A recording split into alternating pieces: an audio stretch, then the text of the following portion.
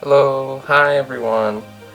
So this week I read quite a bit of stuff, and I'm sorry that I didn't put this up on Sunday, but I had hiccups on Sunday, and I thought that would be really annoying to listen to me hiccup the whole time. So, I didn't do that. Anyways, before I get started, I just want to let you guys know that if you have any interest in this book, you should probably pick it up now. This is by Square Enix Manga. Square Enix Manga is notorious for going out of print very quickly. There's a reason why you probably haven't seen so many Square Enix manga around, and that is because they just go out of print so fast. Anyways, spoilers ahead for those who obviously have never seen one of these videos before. I'm just going to talk about my thoughts and a little bit about a summary of these books that I read, okay? Okay, great. Let's start off with Ragna Crimson. So, it should be called Ragna Silver in my opinion, but it's actually Ragna Crimson because those are the two partners in this manga. So this is Crimson, and this is Ragna, and they're best friends, and they have a fun time killing dragons. Initially, Ragna actually works with this 12-year-old girl named Leo, who is the strongest dragon slayer around. But then his future self comes back and warns him and says, listen, she's gonna die here, like, you gotta stop it.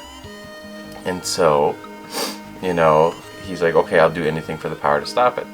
So his future self transfers power to him to save her and defeat this guy who kills Leo in his original timeline. So he kills him, and then he leaves Leo, actually, because he says Leo's too weak. And he has to go and find a stronger ally, one who he doesn't care if dies or not.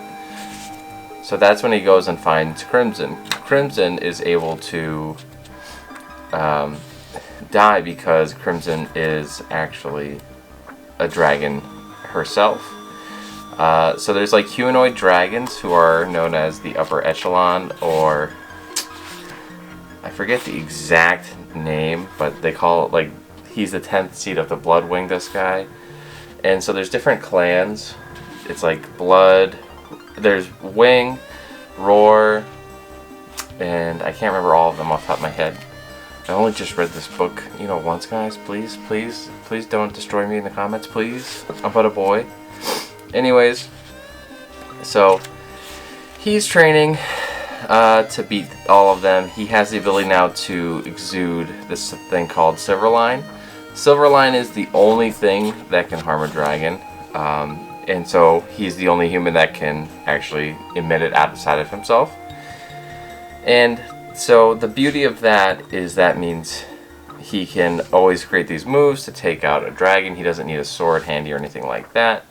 The way he got it was that he was training so hard in the future that he ends up fusing with his sword. He says it was like painful at first, but then he says afterwards it was no big deal. You can see here that Crimson is the first seed of the Wing Monarch, so that's what he's after her for. But Crimson is pretending to be this girl, like maid thing, because she's a traitor to her kind. And so they end up teaming up so that way they can defeat all of Dragonkind. At the end, he will kill Crimson, and then she'll be the last dragon around. So that's the idea behind the whole thing. It's got a lot of action. I think it's pretty nice. It reminds me of like a manga. So I definitely would recommend reading it if you had ever read a webtoon, something similar to Soul Leveling or anything like that. I would say it's very similar kind of a vibe to that. I also read Spy X Family because if you have ever been on the internet or YouTube before, you should know that this is the series to be reading these days. This is the flavor of the month. I've got a little bit of a bleed off the side here, but whatever. It's Bond. That's Bond the dog. Bond's awesome.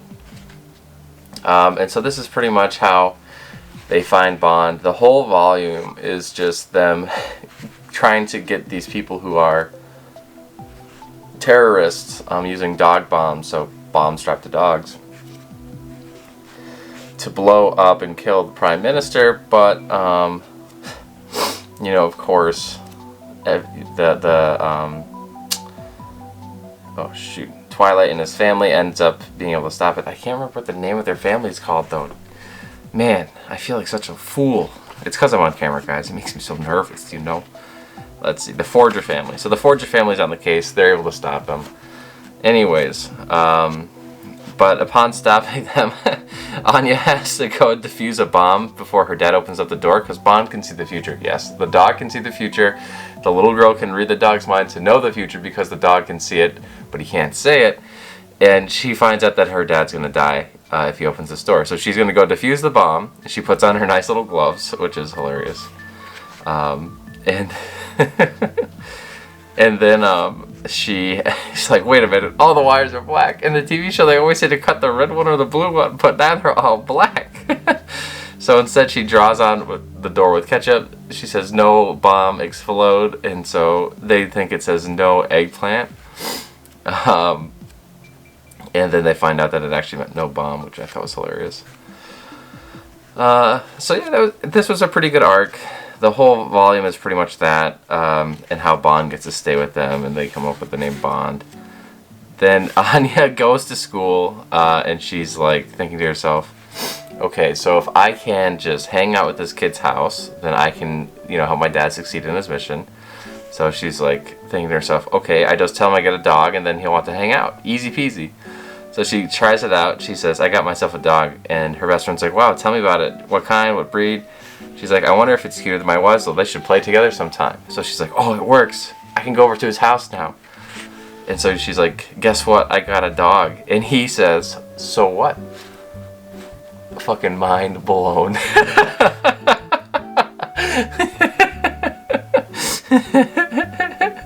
I thought this was the funniest thing. And then his two cronies are like, wow, boss. Like, you really killed it. Killed a commoner with 3 words. That's savage. Impressive, even for you. And I'm like, I was dying. So yeah, that was pretty much the whole thing. They also have this little short side mission where they have to go with Anya dressed as the penguin and the lion. Well, not really dressed, but like you can see that they're doing a pretend agency thing here, and they're sneaking around. Lloyd's so embarrassed because he says spies must never draw attention to themselves, but like obviously they're drawing massive attention to themselves. They're playing spy with Anya, which I thought was great. But yeah, then there's another one where Scruffy tries to go get a date, but she denies him, so Lloyd and him grab a drink. So that was that. Again, Spy Family is awesome. If you guys haven't been reading it, definitely consider picking it up sometime soon. It's really, even if it doesn't seem like it's your taste, you'll find out it probably is. Just a weird kind of a thing. Next, the Quints. Always the Quints. In this one, they end up going to a hot spring that's run by, the Quints families. Their grandpa, who's from their mom's side, runs the place. He's pretty funny. Excuse me. Futaro always thinks he's dead every time he sees him, so that's hilarious. Anyways, before I jump into that though, they did pull off the same thing where he can't hear her. He couldn't hear Nino on the motorcycle say I love you, so instead at the cake shop, Nino just says it flat out, and I was totally surprised by that. I was like, whoa, didn't expect to hear that coming. But they kind of just brush it off, which I was kind of annoyed about. But whatever. Anyways, now he has to kind of think about a few things, because he knows these relationships are starting to build, so he thinks he's going to get a nice vacation away from them, but obviously he doesn't, and they have to hang out together here, which he's super surprised about. I'm trying to find the grandpa. That's, I think, the grandpa. So they have to all dress together. They have to dress the same way, otherwise the grandpa will think they're fighting. And so Futaro wants to have the grandpa teach him how to tell them apart, and the grandpa says it's based off of love, and that's how it works. Just kind of weird, but it ended up being not too bad of a read. I definitely liked it, but at the same time, you know, I can't really feel like too much happened otherwise. You know, plot-wise, he just is like getting closer and starting to find out that he does like them. They have to figure out who the fake one is, and it ends up being Itsuki. Oh wait, no. They're all dressed as Itsuki. Wait a minute. Did I just... No. Okay, yeah. So it ended up being Miku, who was the fake, I'm pretty sure. Now I'm all confused because I'm looking at... Yeah, it was Miku. So Miku ended up being the one that says that we need to stop the relationship, and I think the reason she wanted to do that was because they wanted... she wants him to herself. So she was dressed as Itsuki, and Miku says, you know, we need to end this relationship. And so he freaks out and he's like, why would Itsuki say that? That doesn't make sense. Like, what did I do wrong? You know, I'm supposed to be your tutor, your friends, yada yada yada. But I think Miku just wanted him all to herself, so she's trying to, you know, get rid of the competition. Yeah, Miku's a fool. Just a straight up fool. Next I read Goblin Slayer.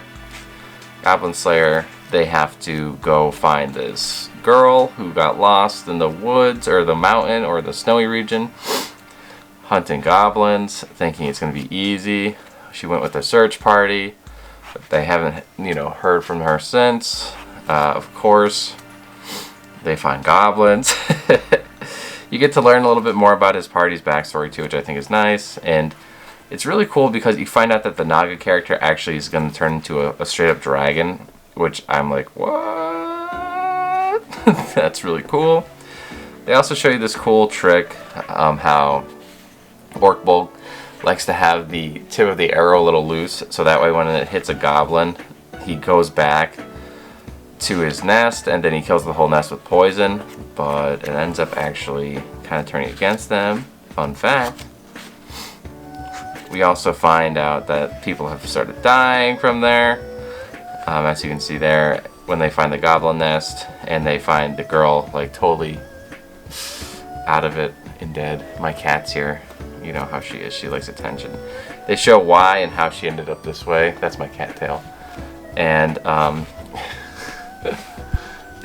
my god. Anyways, and they show why and how her party ended up this way. They show how they start to bicker and they think that she's not a good leader. Eventually, they just say she's just rich and spoiled brat, and they split up and go their separate ways, saying that like nothing was ever going to work and that she was a dumb planner. But initially, they said that she had good plans, so she's like heartbroken because she doesn't know what to do.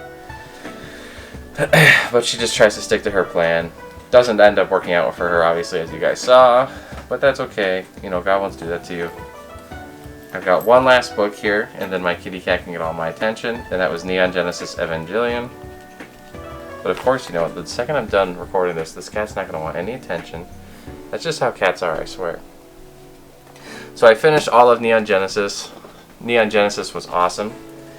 Once I got to this volume right here, it was pretty much like, don't stop reading. So I didn't. So pretty much what happens is they beat the angels that come down, and they find these really weird ones. My cat is going crazy. Anyways, they find these really weird angels that end up kind of being able to disassociate the soul, and also we find out what happens if you go to 450% synchronization. You like dissolve in the goop, and you get to see your mama. So that was neat. But overall, it was a pretty crazy read. Someone had said that very recently. I was watching. I can't remember this guy's channel name, but he was said that this manga is pretty much the exact same as the anime, and except it's spoon-fed to you. But like, I had no idea how this was gonna go until I read the last volume. So I didn't really feel it was spoon-fed to you, and it was still different enough because I haven't, like I said, ever watched the whole series coherently. But like Asuka never got an eye patch or anything like that, and Shinji never sat into an empty white room or anything like that alone, having everybody say that they love him or miss him or whatever. Like that didn't happen either. So like it actually seems like it is pretty different. Anyways, I really like this read. You also get to find... Oh, I hate this scene. Don't look... Oh my god, Ebony. Okay, we're moving you off the bed. Anyways, this scene's the worst scene ever in any manga. If you ever see Tabris and a kitten just run away, you know, I turn away. Turn away. I love cat. Okay, turn away. You also get to see Asuka's history with her parents, or her mother rather, and you can see a little bit about the truth behind everything. This was a cool scene too, where they throw the Spear of Long Night into space, and then it just floats in orbit. I thought that was really cool. And I didn't understand this for the longest time, why they were the same. I thought Rei was a clone the whole time, but it turns out Rei is actually Lilim, which is like a angelic being. Tabris is the last angel, which I thought was really neat. Guys, this cat is back. Anyways, that's Hikaru no go. Don't knock over Hikaru. Okay. Oh my god. We also find out more about Adam here, which is really cool. Okay. Okay, she's playing with my pants string. Anyways. You find out he's the last angel, and he has Shinji kill him, which gives Shinji another mindfuck. You know, because that's exactly what you need for Shinji to do. So Shinji has to kill him, and he also starts to have feelings for Shinji because Rei forces her feelings into him, which I thought was really cool. But really weird. It's like a total conversion, a gay conversion just because of her. I was like, what? Wait, what? Very confusing. Oh, she's on to the next thing. Anyways, you also find out that Shinji's dad eats the Adam little thingy. Which, the only thing I was really weirded about was how there's two Adams. This guy and this little chameleon looking thing. Which I'll never be able to find again. But his dad eats it. And it looks like kind of like a fetus kind of a thing. It's like really weird and gross. Anyways, he eats it. And he starts to become kind of like an angel, or yeah, he's like Tabris. So anyways, that was weird. You also see Seal's plans unravel, and Seal kind of wanted the world to become one. His dad wanted the world to become not really one, but he wanted to become the god of the world, so that way he could control and make sure nobody gets lost. And you know, Rei ends up becoming like God, which I was like, wow, that's a twist. Asuka ends up just really not becoming anything important, but she does fight pretty awesome. She has to take out all these Evas made by Japan on her own. Shinji also is able to commune with his mother to pilot the Eva to help him out, which I thought was neat. And lastly, the final volume. You can see how it all starts to go. Shinji's dad tries to fuse with Rei, but Rei's like, nah, you ain't the one, brah. And so, yeah, I forgot that Rei's got titties in this one. Sorry, guys. Anyways, yeah, you can see all this happening. They end up going to this weird void together instead of alone, where Shinji remembers his lost memories in the past. Meanwhile, Rei is like everywhere at once because she's like God. And she's visiting people as their loved ones before they become one, which I thought was really cool. You can also see them kind of talking to each other in the primordial soup, it's called, or I think it's LCL, which is cool, as they commune together to figure out what's really going on. Well, more like Shinji figures out what's going on. He tells her that this is not what he wanted. He wants the world to go back to normal without any Evas or anything like that. And so it does, and it's snowy, and Shinji lives a pretty normal life with his friends, and he meets Asuka, but they have no memory of each other. so that's kind of too bad. But maybe they'll get to know each other. That'll be neat. Anyways, Shinji starts to live his best life. That was cool. They also do a side story about the mom and the dad and how they were in school. I thought that was pretty neat as well. Anyways, I don't think that's how the anime ended, but maybe it was. If you guys... I'm just probably going to end up watching the anime at some point, I think. They also just are finishing up the Rebuild series, so I can't wait to read that as well. So, until next time, bye-bye. Also, real quick, I almost forgot to tell you what I'm going to read this week. I'm going to finish reading this book called Tony Takizaki's Neon Genesis Evangelion. You can see him eating some ramen there. It's supposed to be really good. Much better than any of the other side projects. I'll also read Quints Volume 9. I'm going to start Lucifer the Biscuit Hammer finally. I'm going to read Orient by the creators of Magi. And One Punch Man. I'm going to get going on that as well. I may or may not read Hunter x Hunter 36, but I don't think I really want to read it until they at least announce, you know, the next volume's release, which they still haven't done. So I probably won't read that until then, but I might read it. Who knows? Anyways, thanks for watching. I hope everyone has a good day. Bye.